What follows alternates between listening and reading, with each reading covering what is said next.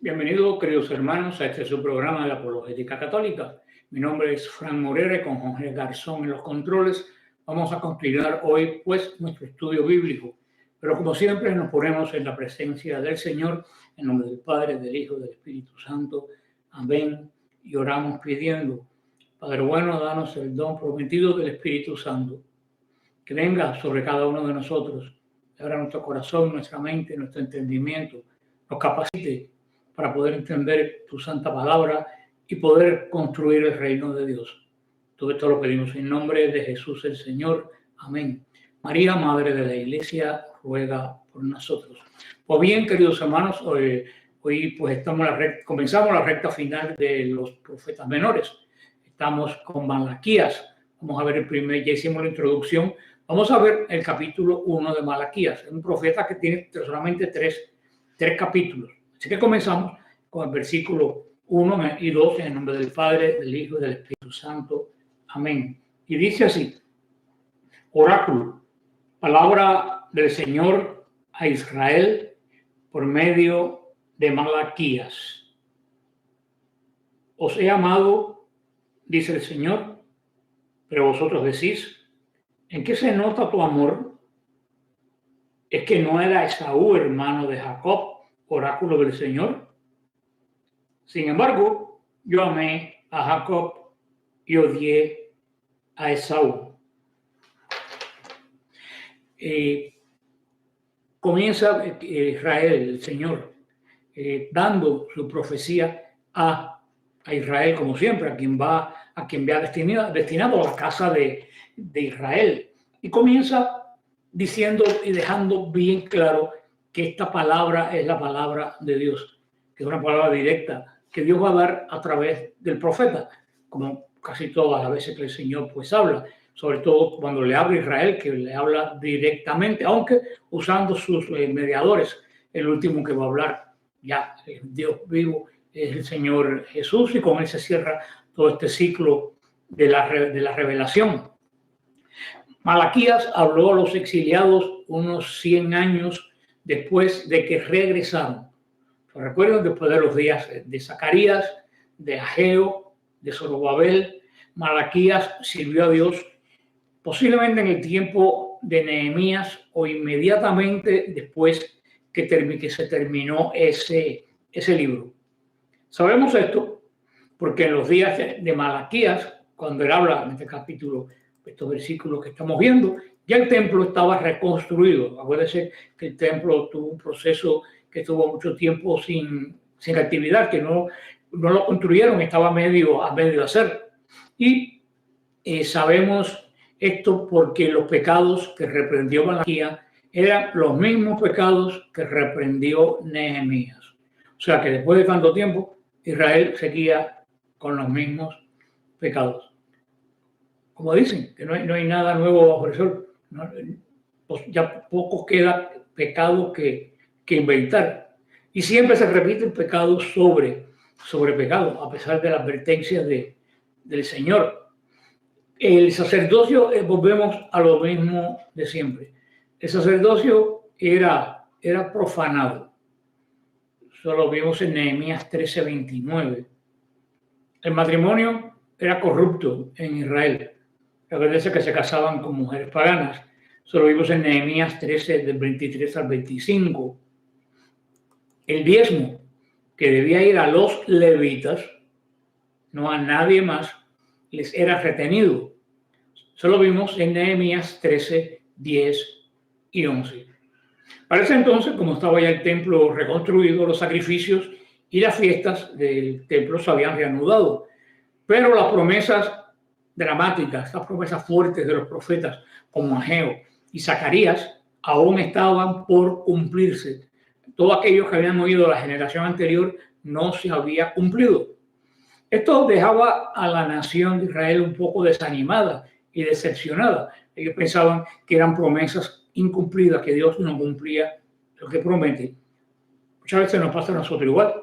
No recordamos que el tiempo de Dios no es nuestro tiempo.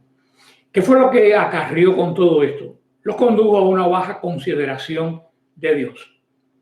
Israel necesitaba una seguridad del amor de Dios y un desafío a su obediencia. Por eso le dice, yo os he amado, dice el Señor. Malaquías traería mucha corrección específica para Israel, pero antes de que Dios lo corrigiera, primero, antes de todo, el Señor les aseguró su amor. Eso sentó las bases para su obediencia, porque si lo amaban, iban a guardar sus preceptos, tal como va a decir el Señor más tarde a nosotros en San Juan 14:15. Sigue diciendo, es como una especie de interrogante. Vamos a verlo, leer al 2 al 5, porque es muy interesante. Dice así: ¿es que no eres Esaú, hermano de Jacob, oráculo del Señor?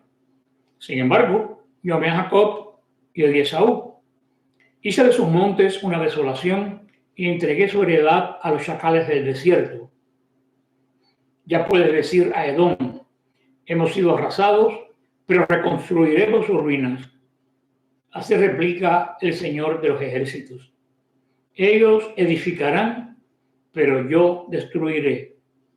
Les llamarán territorios impíos, pueblo de la eterna ira del Señor.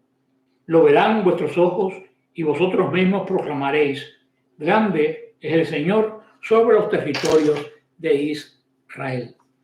Este tipo de pregunta que pocas veces nosotros mismos la hacemos, pero que muchas veces la guardamos en el corazón como una duda o una espina.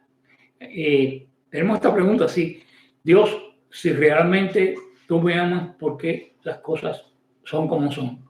¿O por qué las cosas que están pasando son de esta forma? Si tú dices que me amas, ellos y nosotros hemos pasado por todo este tipo de experiencias. Y la profecía de Malaquías se va a basar en 7 preguntas, como un examen, que el pueblo le hacía a Dios. Estas preguntas revelaban un corazón incrédulo, un corazón desalentado y un corazón pecaminoso. Esta es la pregunta: ¿en qué nos amaste?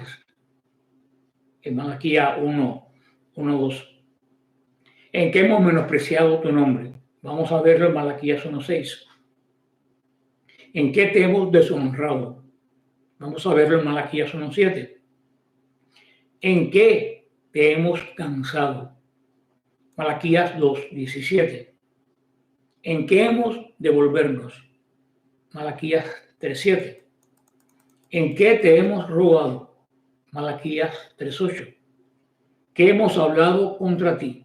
Malaquías 3:13. Este va a ser el resumen de las preguntas de una situación que parece que no hay promesa cumplida, una situación que parece que Dios se ha olvidado porque no habla, una situación que parece que Dios nos ha dejado de amar. Esto le pasó al pueblo de Israel, esto nos pasa a nosotros, pasarán a las nuevas generaciones de creyentes que vengan después de nosotros. El Señor le pidió a Israel que encontrara seguridad en su elección, la elección de ellos. El Señor quería que entendieran que ellos fueron escogidos y que seguían siendo su pueblo escogido. Y no solo su pueblo escogido, su pueblo favorecido. Cuando el pueblo de Israel fue comparado con sus vecinos, los edomitas, una comparación de Israel con los edomitas. ¿Quiénes eran los edomitas? Los descendientes de Esaú. Ellos vieron que Dios eligió preservar a Israel y no hacer lo mismo con Esaú y su descendencia. Los pueblos que eran hermanos pasaron a ser totalmente diferentes. A nosotros nos parece un poco duro esto, habría que explicar, ya lo hemos hecho otras veces mucho tiempo, la forma de hablar del Medio Oriente, de esa época que era por grandes contrastes, porque ellos no tenían superlativo en la forma de hablar en el idioma hebreo. Así que le está comparando a Israel, descendiente de Jacob, con los edomitas, descendientes de Esaú. Y Dios le hace saber, dime si te elegí o no te elegí. ¿Cuántas cosas he hecho a ti que no le he dado a los edomitas? Te hice una nación poderosa, una nación grande, te di reyes, ejércitos. ¿Qué más señas del amor te pude dar? Y por último, como más señas del amor, te castigué, porque no oíste lo que yo te estaba diciendo. Abdías, ya lo vimos, prometió juicio contra la tierra y juicio contra específicamente Edom.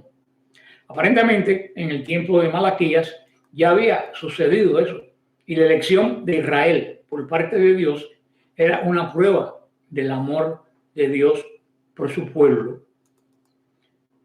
Muchas veces, cuando entendemos nuestra elección, que Dios nos ha elegido, tal como eligió a Israel, te ha elegido a ti y me ha elegido a mí. Esto nos puede dar una muy buena seguridad del amor de Dios. No llegamos, somos elegidos, somos llamados. Significa que Dios, como dice Jeremías, nos escogió antes de que existiéramos y que las razones por las que nos eligió y nos amó están basadas en Él, no en nosotros. Eso, bueno, que el Señor no nos elige por bueno ni por bonito, nos elige por Él. Dentro de Él sale nuestra elección.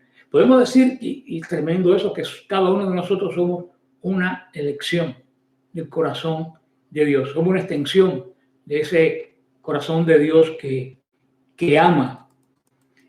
Y más Dios, el Señor, como va a decir Romanos 5:8, más Dios muestra su amor para con nosotros, en que siendo aún pecadores, Cristo murió por nosotros. Muy bien que lo entendió San Pablo.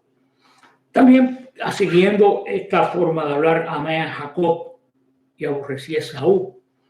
La elección de Jacob sobre Esaú es un ejemplo clásico de la elección de Dios. Igual que en Caín y Abel. Dios escogió a Jacob en lugar de Esaú.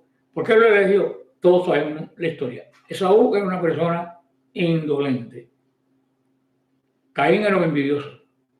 Esaú era indolente. Le preocupaba vivir el momento, solucionar su problema de hoy, sin mirar al futuro. El Señor no trabaja ni con envidiosos, ni con personas que viven el hoy sin preocuparse de las consecuencias que puede tener en el día de mañana.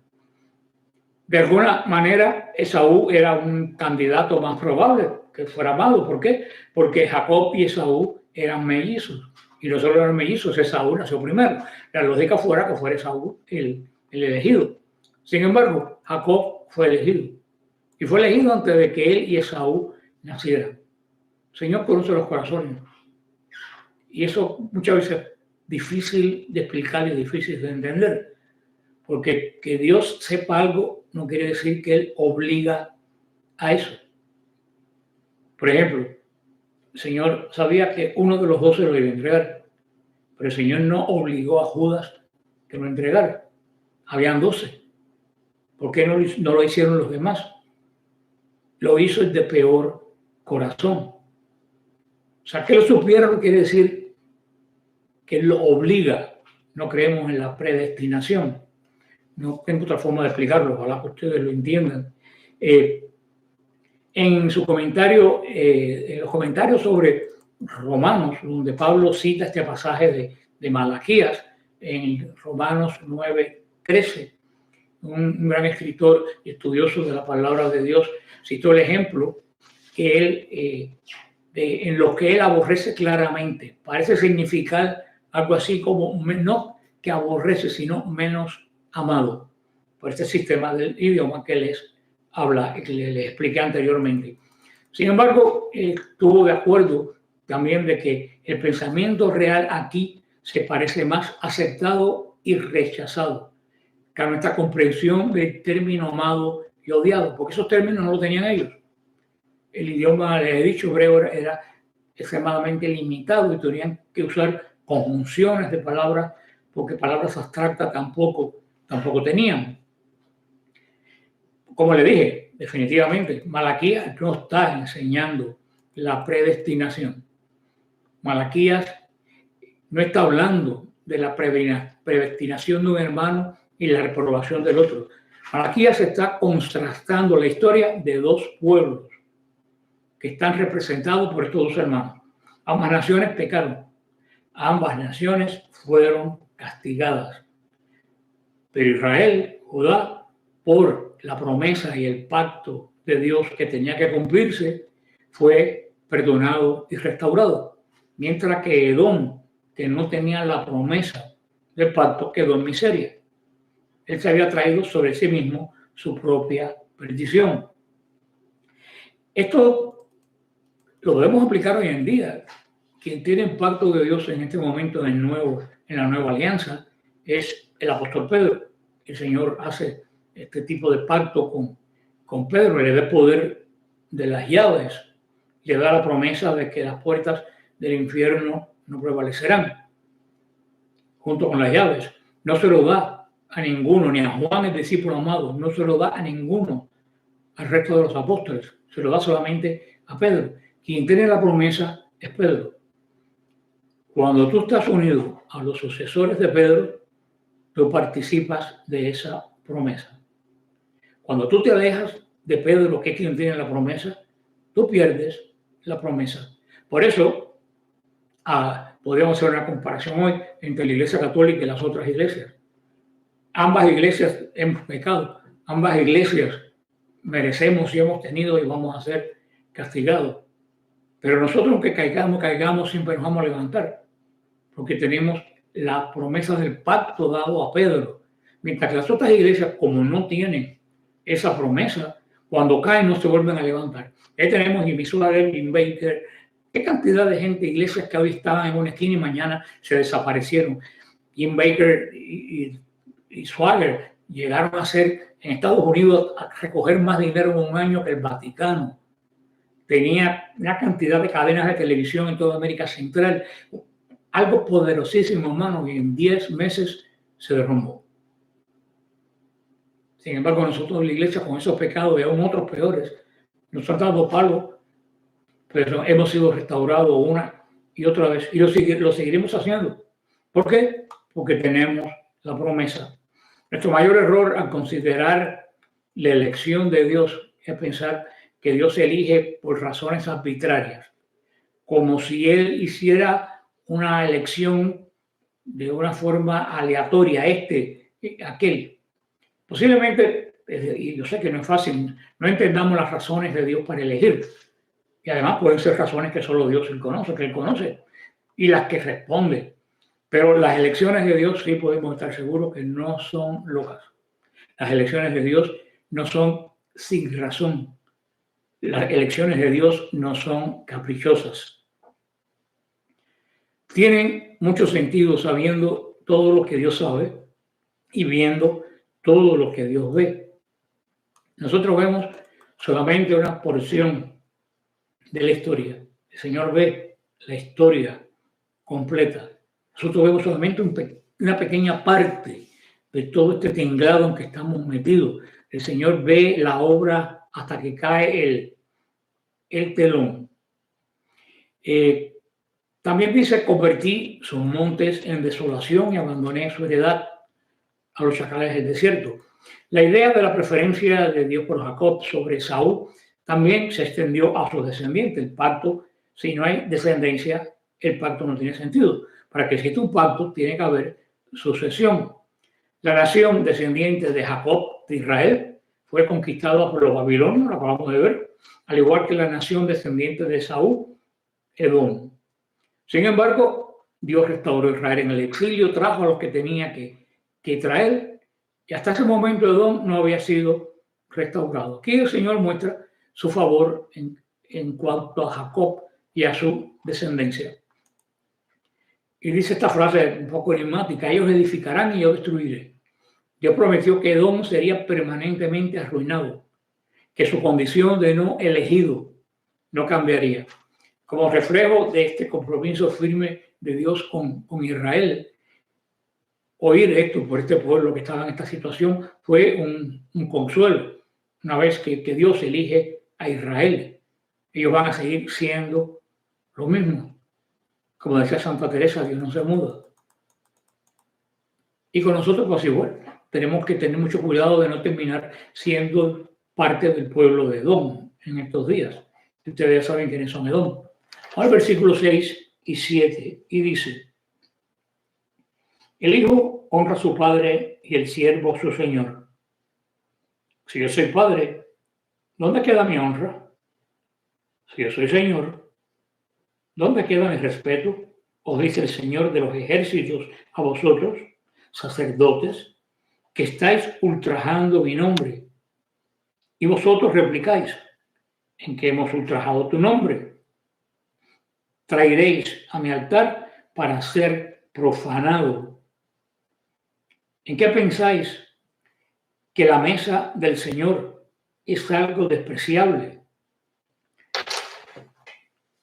Aquí viene esta pregunta del Señor: ¿dónde está mi honra?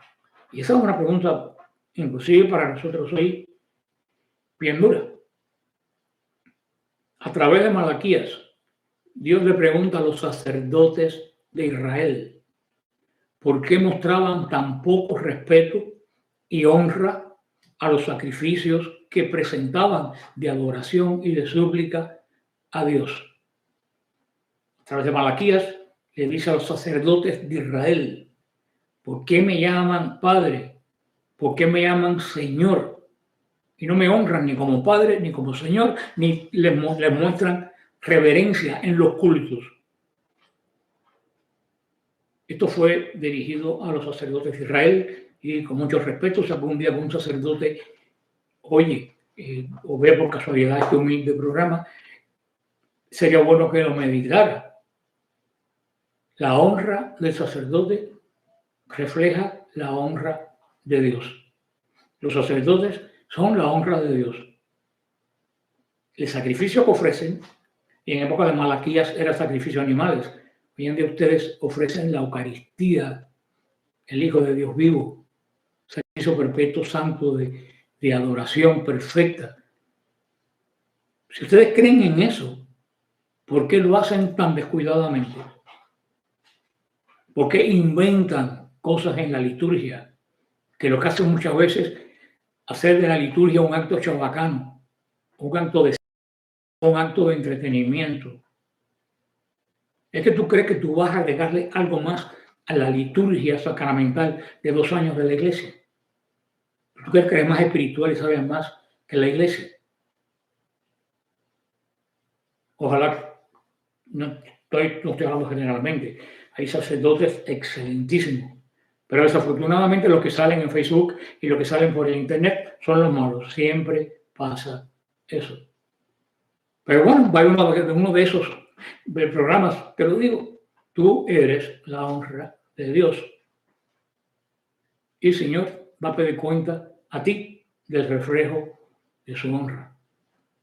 Y en un segundo lugar, también se aplica para nosotros, aunque en este caso está hablando a los sacerdotes de Israel. Los sacerdotes de Israel traían los sacrificios. Ese era su trabajo. Era su deber mantener el honor y la dignidad del sistema de sacrificios. Esa era su responsabilidad, repito, mantener el honor y la dignidad del sistema de sacrificio. Honor y dignidad. Eran animales. Ustedes, sacerdotes del nuevo pacto, que presentan al Hijo de Dios, tienes que hacerlo con honor y con dignidad, en la forma que viste los parámetros litúrgicos, en la forma y la entonación que das a las oraciones, en la forma que son tus movimientos en la liturgia. Todo eso es lo que da esta solemnidad que honra a Dios. En la época de Jesús, los levitas del templo, los guardias del templo andaban con unas estacas de palo.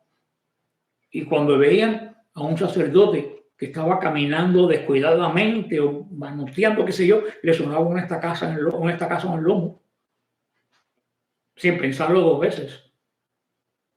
Yo creo que hoy vamos a tener necesidad de esa policía litúrgica nosotros. Y los sacerdotes ministraban y entraban al templo sin zapatos por la santidad del lugar. Ellos sabían el lugar santo.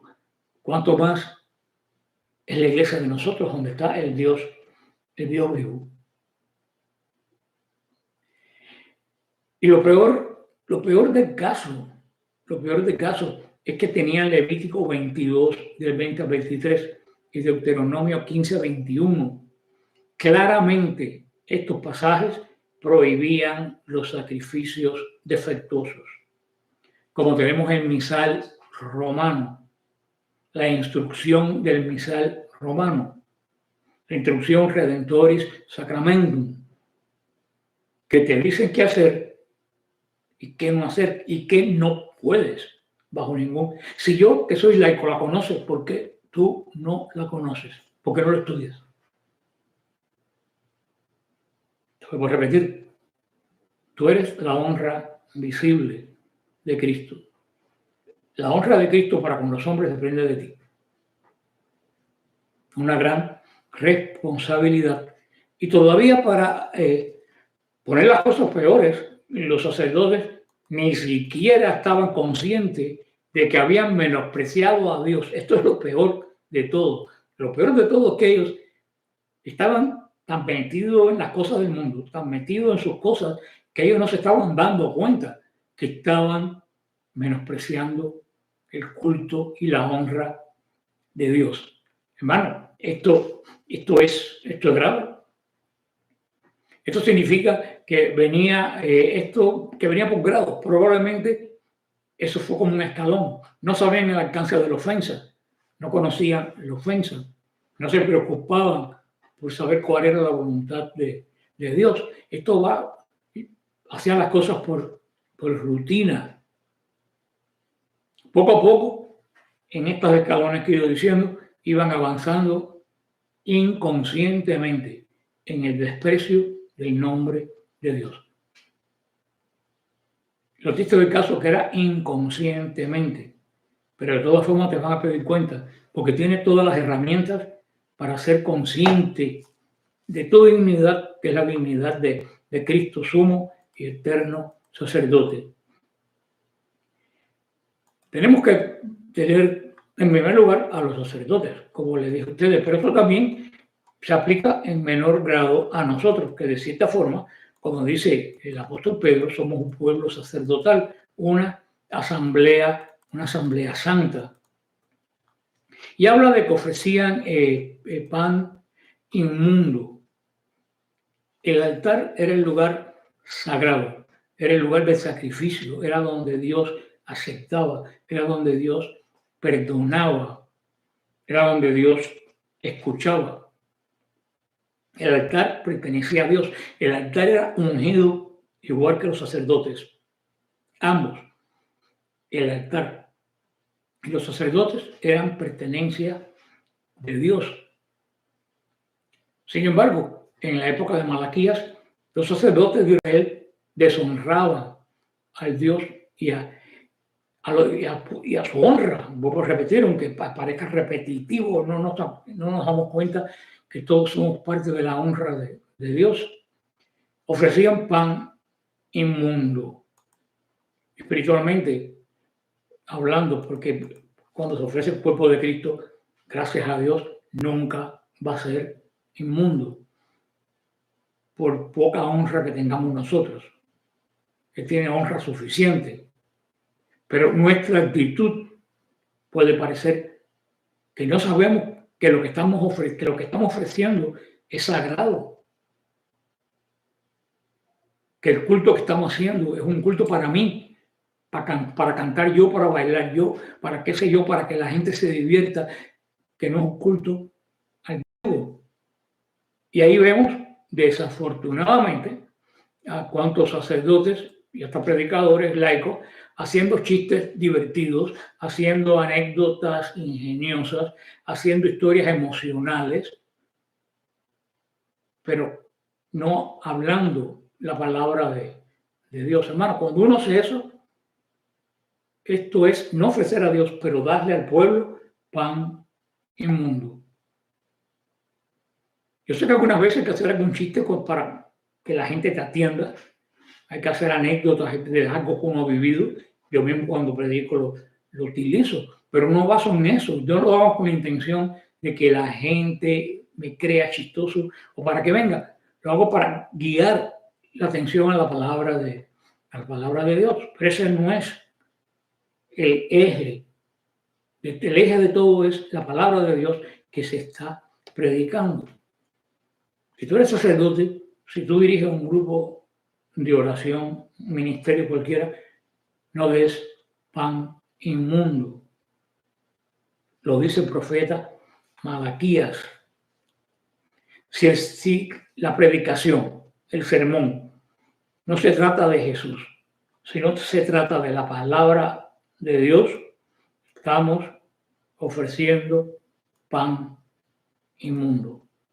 Acuérdense que la iglesia dice que hay dos mesas, la mesa de la palabra y la mesa de la Eucaristía, que por supuesto la Eucaristía es la principal, porque es el cuerpo vivo de Cristo, pero también la palabra es palabra viva de Dios, porque Cristo es palabra, es verbo, una persona, en el sentido que no estamos fijándonos en un ser humano particular, es un ser humano que es al mismo tiempo Dios y hombre, y en su humanidad refleja la dignidad de Dios mismo, que Él es. Muchas veces también podemos dar un sermón que es también todo lo opuesto, muy académico, muy bien preparado, pero que lo da no tiene fuego en lo que está diciendo. Y lo digo por experiencia propia también. Muchas veces uno, para poder predicar, aunque tus palabras sean menos cuidadas o menos elegantes, cuando tú pones pasión en lo que estás haciendo, hermano, la gente lo sabe. Yo te lo digo porque toda mi vida yo trabajé de vendedor. Y si de vendedor del puerto de Miami, no vendíamos nada físico, era para que la gente usara los barcos, transporte marítimo de las mercancías a diferentes puertos. Vendíamos esa opción. Pero yo una vez, la compañía que trabajaba estaba muy mal, estaba haciéndome quedar mal con los clientes, estaba funcionando mal y yo tuve que decirle al dueño, mira, me voy a cambiar de compañía. Y me dijo, ¿por qué? Y yo dije, porque yo no puedo vender algo que yo sé que no funciona. Para yo vender algo tengo que saber que es bueno. Entonces tengo esa pasión en decirte, mira lo que yo te voy a dar. Yo no puedo poner pasión en algo que yo sé que no es bueno. Eso es un trabajo, cuanto más la palabra de Dios. Ante todo, tú tienes que saber que lo que tú estás vendiendo es lo mejor que hay sobre la tierra. Es Cristo, la palabra del Dios vivo, que no es un libro, es una persona. Por eso la gente se da cuenta cuando uno predica con pasión, con ardor, aunque no sea muy elegante, o cuando también se hace un sermón académico que a la larga nadie entendió lo que se estaba diciendo. Son los dos extremos. Por eso desde el Papa Benedicto y Francisco también lo han dicho, que los que predican, primero que nada el sacerdote, los otros predicadores laicos también, tienen que hacer el trabajo de estudiar, tienen que estudiar, tienen que prepararse, tienen que saber qué van a decir. Sobre todo tienen que estar conscientes que lo que están dando es pan bueno. Están vendiendo en el sentido, podemos decir, ilustrativo de la palabra, que está vendiendo un buen producto. Y créanme que ese producto, que es la palabra de Dios, vale la pena. Los sacerdotes no estaban agradecidos por su ministerio.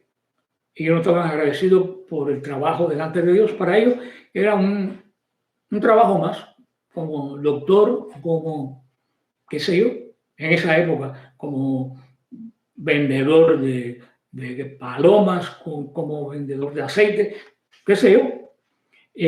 Se quejaban continuamente de lo poco que daba la gente y continuamente se quejaban de la molestia de ser sacerdote. tenemos que meditar un poco en esto. Cuando uno tiene una profesión, a uno le gusta esa profesión. No hay nada más triste que una persona que estudia una profesión a la cual no le gusta esa persona, no encaja esa persona en esa profesión. Pero es que ya el sacerdocio, el diaconado, no es una profesión, es un llamado. Y a quien el Señor llama, Él capacita. Ahora, si alguien que está pensando ser sacerdote, lo primero que tiene que meditar es, ¿realmente el Señor me ha llamado a mí? ¿O yo quiero ser sacerdote porque me gusta la profesión? Esas son dos preguntas que un joven que se está preparando para entrar al seminario tiene que hacérselo. Porque si el Señor te llama a ti, Él te va a capacitar. Pero si no te llama y tú vas porque te gusta la música y la sotana, entonces sí estará el Señor obligado a capacitarte. Pero yo diría que entonces va a ser un profesional, no un pastor. Todo que los que van al seminario tienen que ir muy conscientes de que ellos han tenido una llamada. Y a mí hay jóvenes que me preguntan, ¿y cómo yo sé que Dios me llama? Y yo le he dicho, ¿tú pensabas antes alguna vez en tu vida ser sacerdote?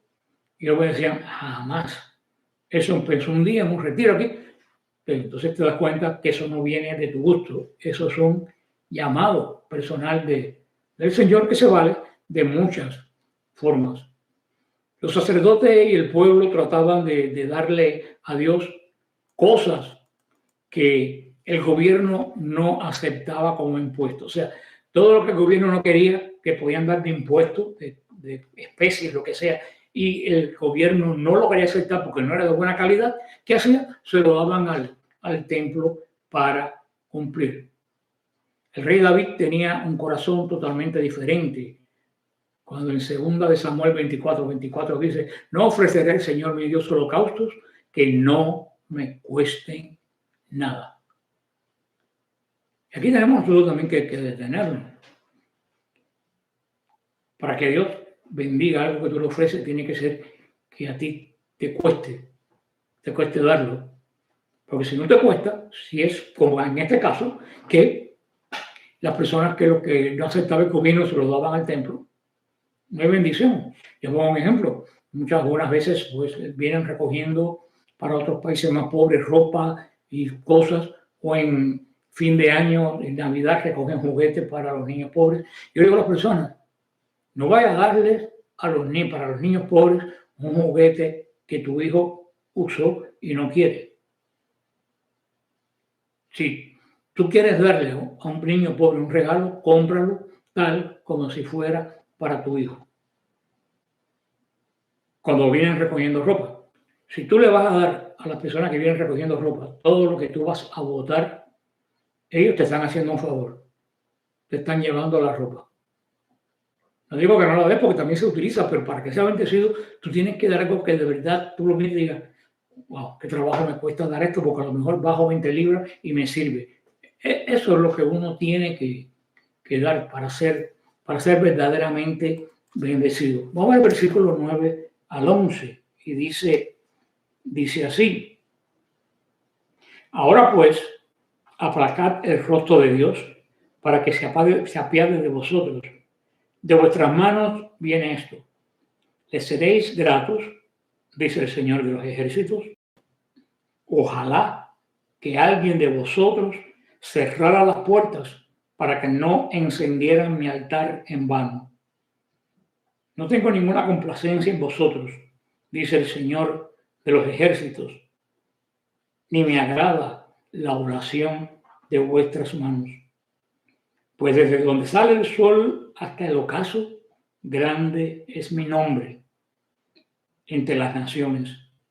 En todo lugar es ofrecido incienso y es una oblación pura a mi nombre, porque mi nombre es grande entre las naciones, dice el Señor de los ejércitos. Qué pasaje más hermoso, queridos hermanos. Esta frase, ahora orad por el favor de Dios para que tenga piedad de nosotros, podemos decir que es una frase muy rica en ironía, es tratar de pacificar a Dios y ganar su favor. Y ahora el Señor de la forma le dice, a ver cómo ustedes me van a satisfacer a mí cuando me estás ofreciendo tales basuras. El Señor, en este caso, viendo el mal sacrificio que daban, pensó que era mejor cerrar las puertas del templo que continuar una adoración sin valor. Bueno, esto es duro. Si la adoración que iban a dar a Dios era algo que no servía, el Señor dice, mejor cierren las puertas del templo, me van a ofender menos. No todo lo, como le dije, no todo lo que se ofrece a Dios como adoración es aceptado por Dios. A veces el Señor preferiría que nos detuviéramos a pensar un poco más en lo que damos. Jesús lo va a decir bien claro y también el profeta Isaías lo dice. Yo lo que quiero es misericordia. Yo no he pedido sacrificios, yo he pedido misericordia. En este caso estamos hablando de Israel, cuando los sacrificios, por supuesto, no eran el sacrificio del Hijo de Dios vivo. Pero también en este caso, el Señor nos puede decir a nosotros, más que oraciones, más que lo que necesito es que tú te reconcilies con el enemigo, que tengas un corazón preocupado de los demás. Porque todo esto, ¿por qué todo esto? El Señor lo dice bien claro, porque grande es mi nombre. Si grande es el nombre de Dios, grande es la adoración y la ofrenda que tenemos que presentar. Si los sacerdotes y el pueblo judío no lo adoraban en espíritu y en verdad, el Señor iba a cerrar la puerta del templo, iba a buscar adoradores entre las naciones, entre gente como tú y como yo, que no somos parte del pueblo judío. Eso es lo que quiere decir, ustedes me están adorando mal y voy a cerrar la puerta. Voy a buscar gente que me adoren en espíritu y en verdad. Ahí entienden en espíritu y en verdad. Israel estaba adorando vacío. No estaba adorando ni en espíritu ni en verdad. Para colmo, en el Santo de los Santos, en el templo de Herodes, jamás estuvo el arca de la alianza. Se había perdido en época de los babilonios, en época de Jeremías. Y los sacrificios había que presentarlos delante del arca. Y no había arca. Era un culto totalmente vacío. Y ellos lo sabían, por lo menos los sacerdotes. O el sacerdote que entraba una vez al año detrás de la cortina sabía que no había nada. Por eso el Señor dice, esta puerta la voy a cerrar. Voy a buscar personas que no me adoren solamente por el compromiso de adorarme o mecánicamente. Voy a buscar personas que me adoren en espíritu. Primero, que tengan el espíritu puesto en lo que están haciendo. Y segundo, en lo que es verdadero, en lo que es cierto. Que nada más y nada menos en esta nueva alianza es la Eucaristía, el único sacrificio que Dios acepta, porque es Dios ofreciéndose a Dios. Porque Dios solamente acepta algo que es totalmente puro. Y todo lo que nosotros podamos ofrecer a Dios es impuro. Lo único puro que tiene el hombre para ofrecer como sacrificio agradable a Dios es su Hijo, que nos lo presenta el Apocalipsis de Juan como un cordero degollado y puesto de pie. O sea, un cordero sacrificado que sigue el sacrificio, o con que ha sido sacrificado está vivo. Y por eso dice esta frase tan hermosa, en todo lugar se ofrece un incienso a mi nombre, desde que sale el sol hasta el ocaso. Esa frase preciosa que luego en la Eucaristía. Esta es una promesa de gloria, de que la verdadera adoración a Dios se va a extender sobre toda la tierra, desde el oriente hasta occidente. En mandato de Jesús, de difundir el evangelio a todas las naciones, es precisamente eso, para que el hombre se reconcilie con Dios y lo adore, y así llegue a tener la vida eterna. Es por tanto totalmente inconcebible que un profeta sugiera que las naciones de su propio tiempo estaban adorando al Señor bajo otro nombre. No, estaban adorando a dioses falsos.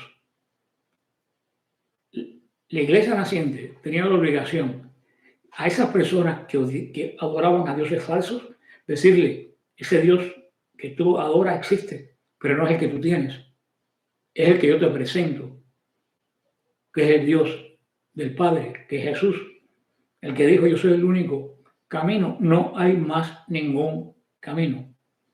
Jesús es el único camino que lleva al Padre. Y es parte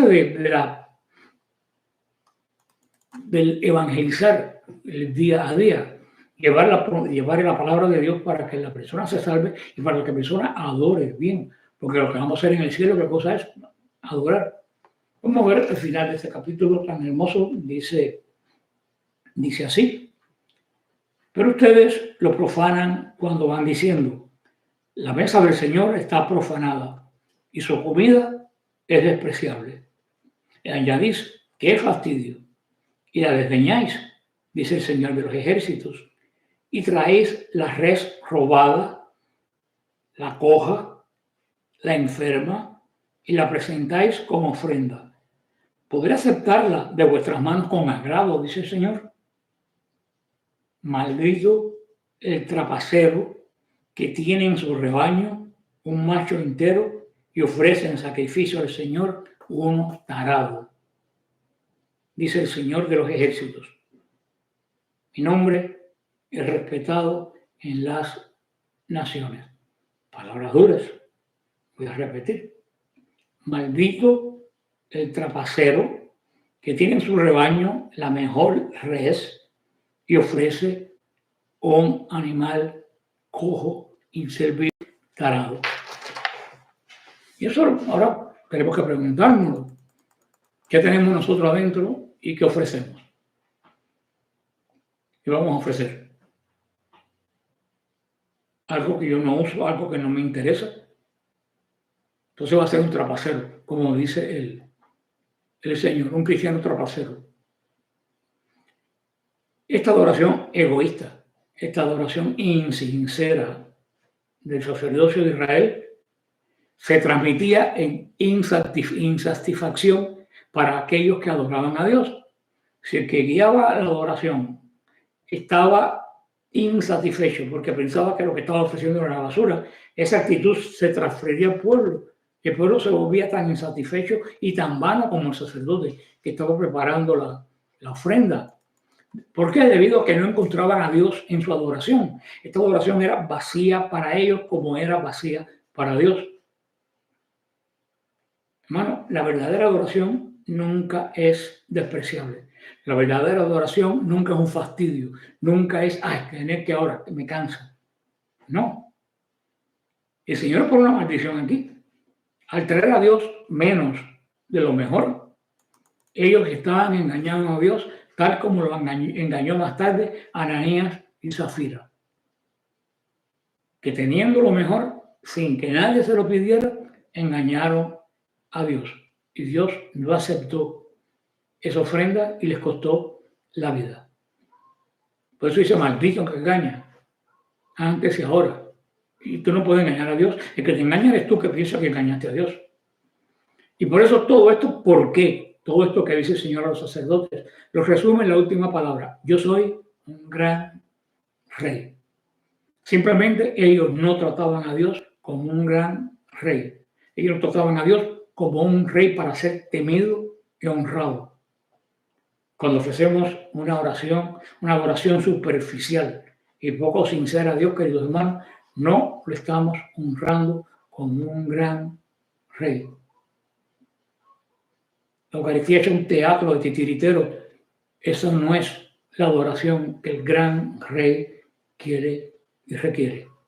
Ojalá que esto nos haga meditar. Va dirigido a los sacerdotes, pero también en menor grado a ti y a mí. Como siempre termino diciéndote que el Señor te bendiga y te guarde. Amén.